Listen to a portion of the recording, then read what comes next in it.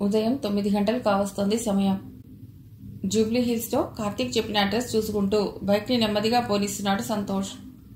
10 నిమిషాల అన్వేషణలో వాళ్ళకి కావలసిన అడ్రస్ దొరికింది.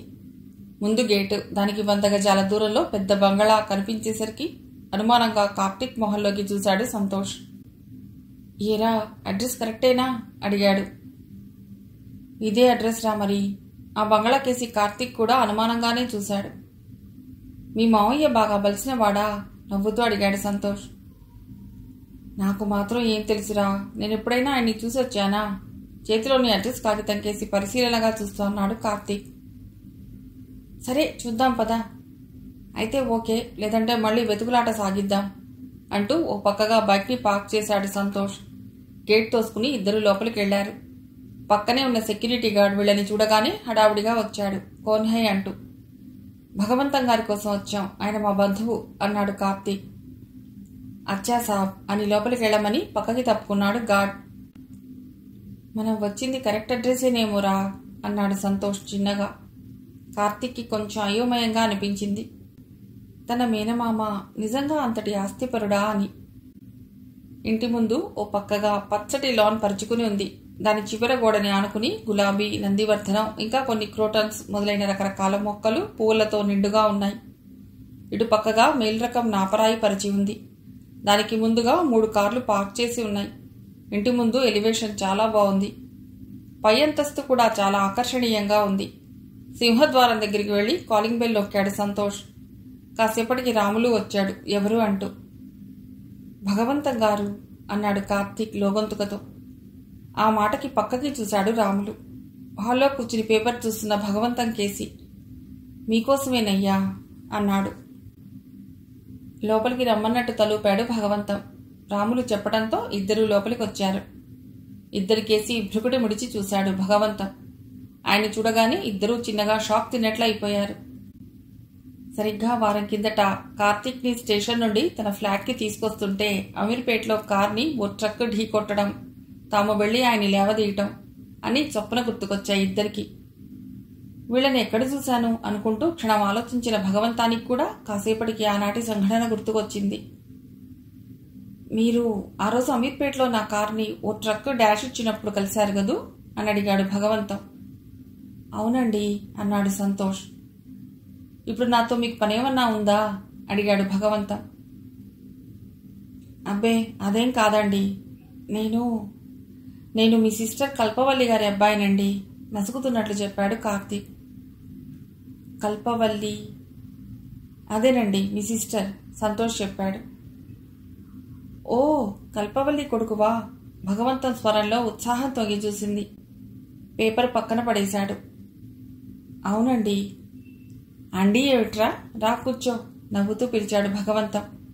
సంతోష్ కేసి చూశాడు ఇతడెవరన్నట్టు. నా ఫ్రెండ్ సంతోష్ ఇక్కడే జాబ్ చేస్తున్నాడు చెప్పాడు కార్తీక్. అమ్మేలా ఉందిరా? మీ నాన్న అలాగే ఉన్నాడా? అలాగే ఉంటాడులే, ఏం మారతాడు అమాయకుడు. ప్రశ్న సమాధానం తనే చెప్పుకున్నాడు భగవంతం. ఎప్పుడొచ్చావు అని అడిగాడు. చెప్పాడు కార్తీక్. ఉద్యోగ ప్రయత్నానికి ఫ్రెండ్ రూమ్లో ఉంటున్నానని వివరించాడు. కార్తీక్ చదువు వగేరా వివరాలు అడిగి తెలుసుకున్నాడు భగవంతం. ఇంతలో రాములు మంచీళ్ళు తీసుకొచ్చి ఇచ్చాడు. వాడెలా ఉన్నాడు? అదే మీ చిన్నమామయ్య పురుషోత్తం భగవంతం అడిగాడు. బాగానే ఉన్నాడు. ఉంటాడు రాస్కెల్. మీ అమ్మని వేధిస్తున్నాడా? వాడికి అదే పని, ఎప్పుడు ఎవడి మీదో పడి ఏడవటం. తనలో తానే అనుకుంటున్నట్లు అన్నాడు భగవంతం. ఇంతలో పనమ్మాయి కాఫీ తెచ్చి ఇచ్చింది ముగ్గురికి. రాములు ఏవో టాబ్లెట్ తెచ్చి భగవంతానికి ఇచ్చాడు. చిన్నగా విసుక్కుంటూ వేసుకున్నాడు ఆయన. ఆ సమయంలో అటుగా వచ్చిన పెద్ద కోడలు యామినిని పిలిచి, వీడు నా మేనల్లుడమ్మా, నాకు చెల్లెలుందని చెప్పినట్లున్నా నీకు? కల్పవల్లి అని, ఆమె కొడుకు ఇక్కడ ఉద్యోగానికి వచ్చాట అని భగవంతం కార్తీక్ని పరిచయం చేశాడు. కార్తీక్ లేచి వినయంగా నమస్కరించాడు. ఆదరంగా నవ్వింది యామిని. ఆమె చాలా హుందాగా అనిపించింది కార్తీక్కి. నిండుగా చీర కట్టుకున్నది. నుదుట పావలా సైజంతా బొట్టు, నుదుటి మీద అందంగా పడుతున్న ముంగురులు, నవ్వుతున్న మొహం, దెబ్బపండు ఛాయ, గంభీరత, హుందాతనం చూసి మనస్ఫూర్తిగా నమస్కరించాడు కార్తీక్. కాఫీ? యామిని అడిగింది. కాఫీ అయిందమ్మా, రత్తం ఇచ్చింది భగవంతం చెప్పాడు. సరే మావయ్య, ఓ 5 నిమిషాలు అయ్యాక టిఫిన్ చేద్దురు అన్నదామె. టిఫిన్ తిన్నామండి కార్తీక్ చెప్పాడు. తింటే తిన్నావులే, మళ్ళీ తిను భగవంతం అన్నాడు. నిజానికి వాళ్ళిద్దరూ ఏ టిఫినూ తినలేదు. ముందుగా మేనమామ ఇల్లు కనుక్కుని కాసేపు మాట్లాడి వచ్చాక టిఫిన్ తిందామనుకున్నారు. పావుగంటకి ఇద్దరిని రాములు డైనింగ్ టేబుల్ దగ్గరికి పిలిచాడు టిఫిన్కి. ఇంతలో పెద్ద కొడుకు రవీంద్ర వచ్చి డైనింగ్ టేబుల్ దగ్గర కూర్చున్నాడు. భగవంతం అక్కడికొచ్చి కార్తీక్ని పరిచయం చేశాడు కొడుక్కి. అంటే కావేరి పనిచేస్తున్నది ఇతడికి పిఏగా అన్నమాట అనుకున్నాడు సంతోష్. యామిని వచ్చి భగవంతానికి, భర్తకి, కార్తీక్కి, సంతోష్కి టిఫిన్ పెట్టింది. రవిచంద్ర హాయ్ చెప్పి టిఫిన్ తింటున్నంతసేపు కార్తీక్ వివరాలు అడిగి తెలుసుకున్నాడు. అదయ్యాక వాళ్ళిద్దరినీ తన గదిలోకి తీసుకెళ్లాడు భగవంతం. ఎంబీఏ చేశావా, మరి ఇన్నాళ్ళు ఖాళీగా ఎందుకున్నావురా భగవంతం అడిగాడు తను బాలు కుర్చీలో కూర్చుని వాళ్ళిద్దరినీ కూర్చోమని సంజ్ఞ చేస్తూ. ఆ ఊరు వదిలిపెట్టి రావటం వీడికి ఇష్టం లేదండి. ఆంటీ అంకుల్ ఇబ్బంది పడతారని ఏదో చిన్నా చితకా ఉద్యోగాలు చేస్తుండిపోయాడండి. నేనే బలవంతం చేస్తే వచ్చాడండి సంతోష్ చెప్పాడు. ఊరు మీద మమకారం ఉండాలిరా, కానీ బతుకు తెరువుకు అవకాశం లేనప్పుడు ఊరిని వదిలిపెట్టక తప్పదు. అలా వదిలిపెట్టకపోతే కూపస్థమండు కల్లా ఉండిపోతాం. గ్రోత్ ఉండదు. ఇప్పటికైనా మంచి పని చేశావు అన్నాడు భగవంతం. కార్తీక్ ఏవీ మాట్లాడలేదు. ఇంతకీ ఎక్కడెక్కడ ట్రై చేస్తున్నారు భగవంతం అడిగాడు. వివరించాడు సంతోష్. చాలా ఏళ్ల తర్వాత తన రక్త సంబంధీకుడైన బంధువు, తన సొంత చెల్లెలు కొడుకు తనను వెతుక్కుంటూ వచ్చినందుకు చాలా సంతోషంగా ఉంది భగవంతానికి. చెల్లెలు కల్పవల్లి తనకన్నా చాలా చిన్నది. ఇద్దరికీ దాదాపు 6 ఏళ్ల పైగా ఎడం ఉంది. తన తర్వాత తన తల్లికి 2 పుట్టి 1 ఏడాది 2 ఏళ్లు పెరిగి చనిపోయారు.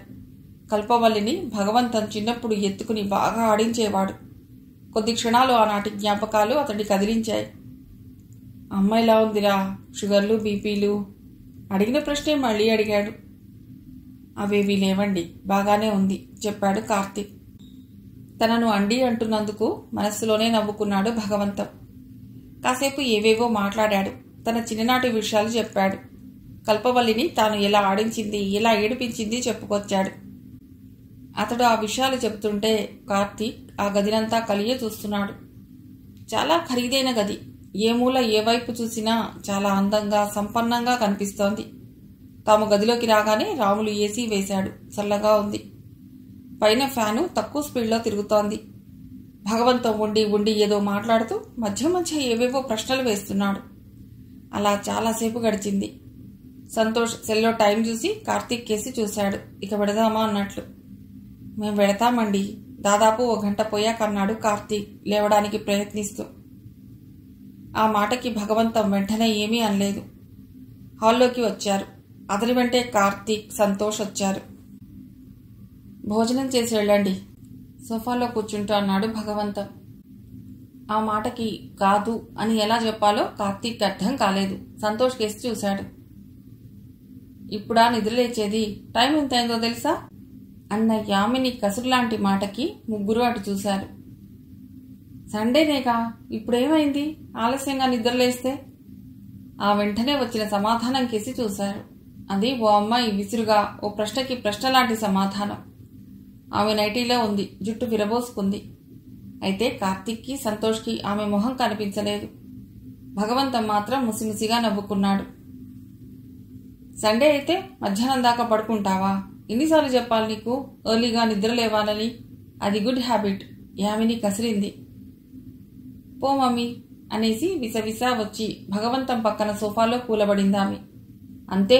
ఆమెను చూడగానే కార్తీక్, సంతోష్, వీళ్ళని చూడగానే ఆమె షాక్ అయినట్లు కంగారు పడ్డారు. తాత దగ్గరికి ఉద్యోగానికి వచ్చారా ఈ రాస్కెల్స్? వద్దని చెప్పాలి మనసులోనే అనుకుని తీక్షణంగా వాళ్ళ కేసు చూసిందామె. ఇది నా మనువరాలు, అదే పెద్దాడు రవిచంద్ర యామిని కూతురు కుముద.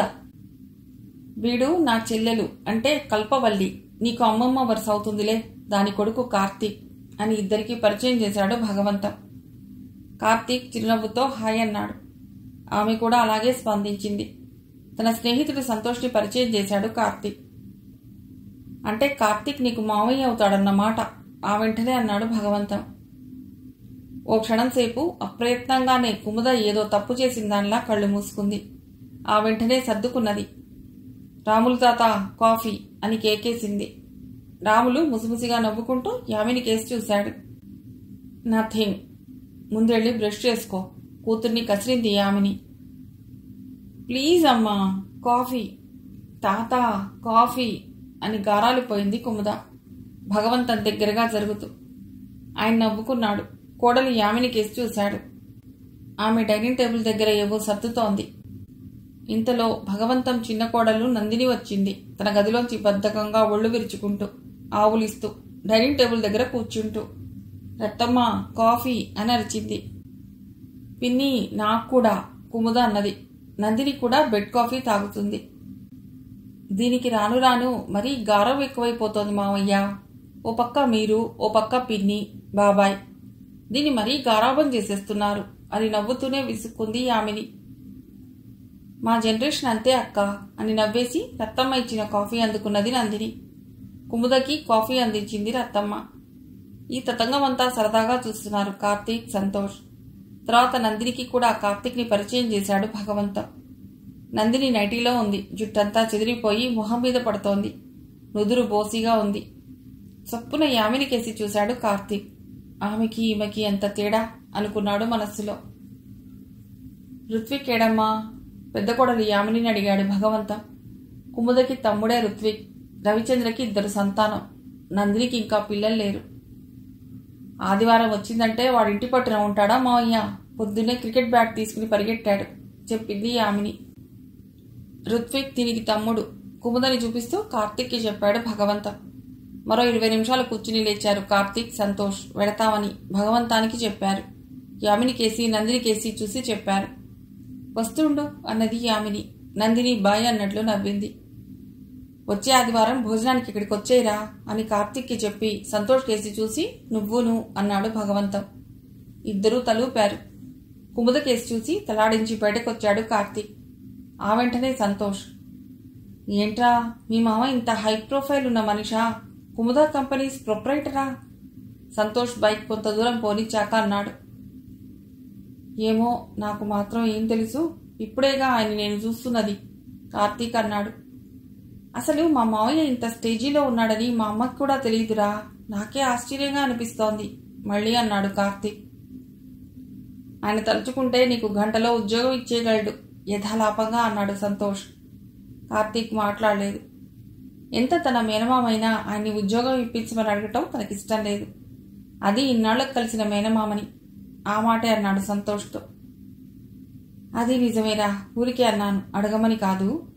మనం ట్రై చేస్తున్నాం కదా, వస్తుంది. 1 వీక్లో నీకు జాబ్ గ్యారంటీరా. లేదంటే బ్యాక్ డోర్ అయినా ట్రై చేద్దాం. అది సరే గాని నేను 2 సార్లు తిట్టిన అమ్మాయి ఈయన మనవరాలు నీకు మేనకోడలునా? సంతోష్ అన్నాడు నవ్వుతూ. కదా, ఇదేదో సినిమాటిక్గా ఉందిరా, మహాగారాల పట్టి కార్తీక్ అన్నాడు.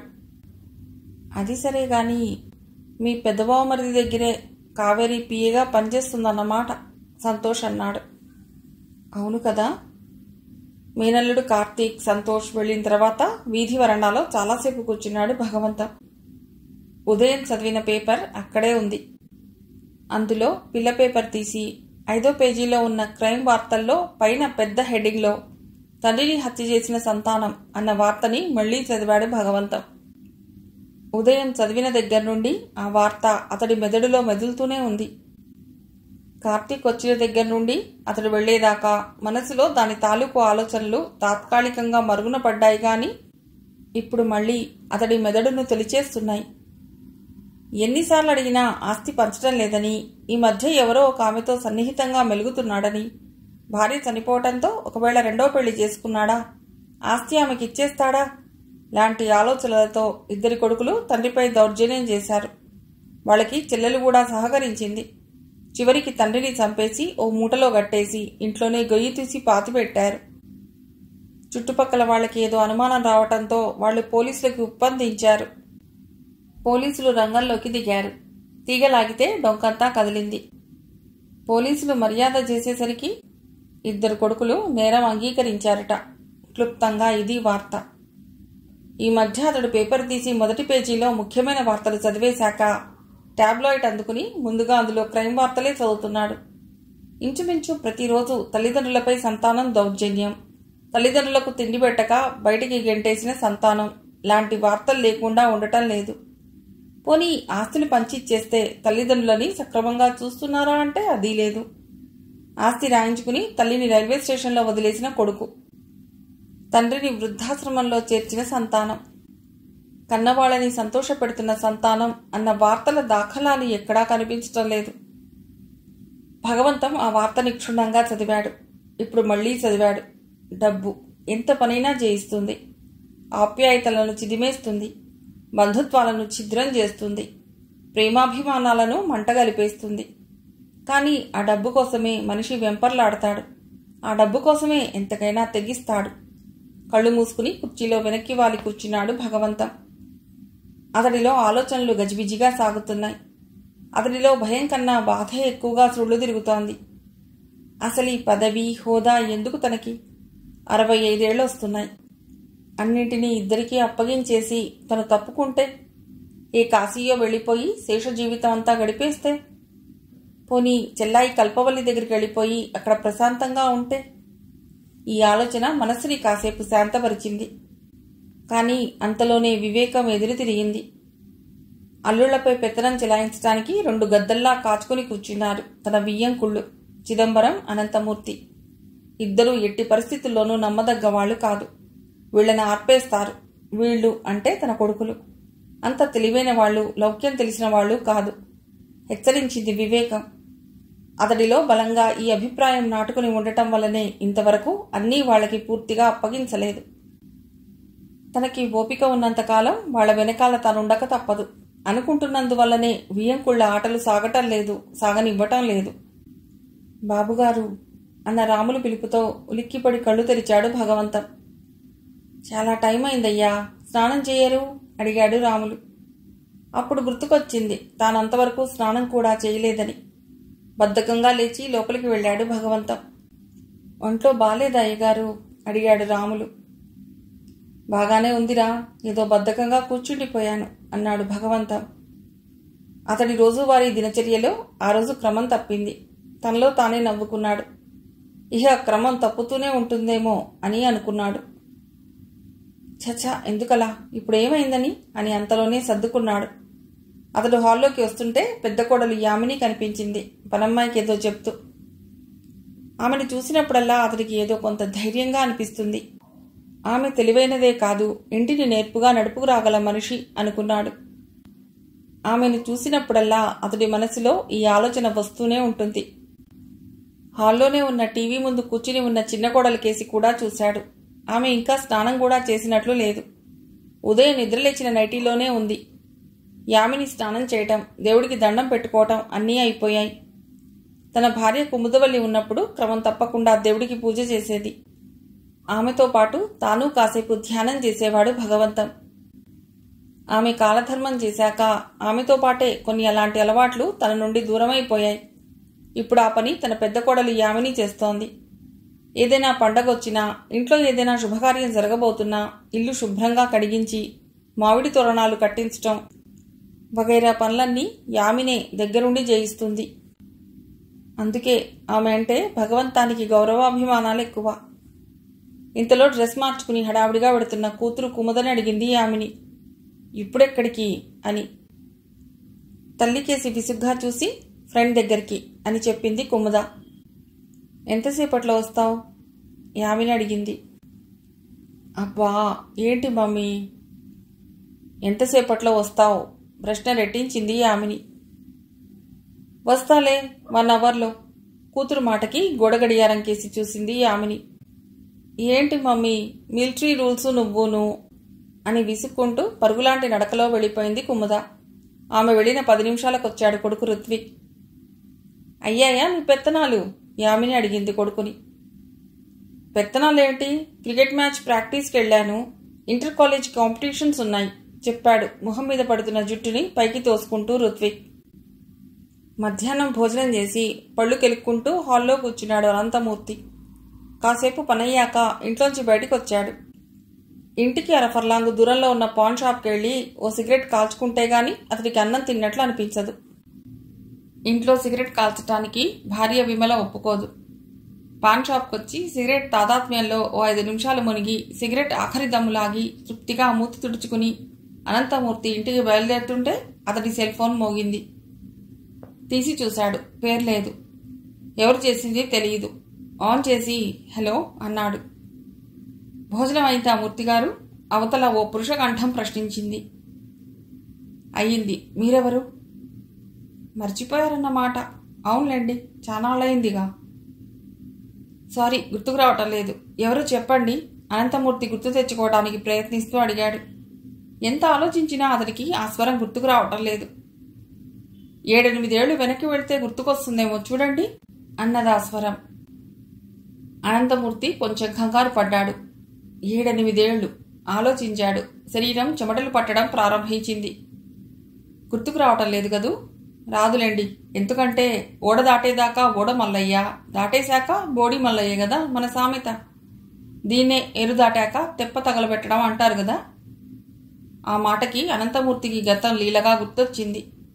10 సెకండ్లకి గుర్తొచ్చింది. దయాకరం అన్నాడు కీచు గొంతుతో. అమ్మయ్యా, 7 ఏళ్లు వెనక్కి వెళ్ళొచ్చారన్నమాట. దయాకరం, మీరు, నువ్వు విడుదలయ్యా గుడ్ కాండక్ట్ మీద. రిలీజ్ అయ్యావా? ఎప్పుడు? జస్ట్ వారం కిందట. ఇప్పుడు ఎక్కడున్నావు?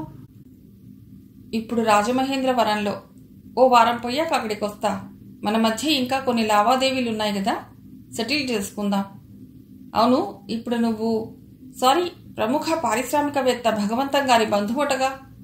అది చాలా థికెస్ట్ రిలేషన్ అట కదా. జోసెఫ్ చెప్పాడు. వాడు ఇక్కడే నా పక్కనే ఉన్నాడు. సో కలుద్దాం, బాయ్ అనేసి ఫోన్ కట్ చేశాడు దయాకరం. అప్పటికి అనంతమూర్తికి స్నానం చేసి వచ్చిన వాడిలా వాళ్ళంతా బాగా చెమట పట్టేసింది. గబగబా ఇంటికి వెళ్లాలని నడవబోయాడు. తూలాడు, తమాయించుకున్నాడు. మిగిలిన కథ తర్వాతి భాగంలో.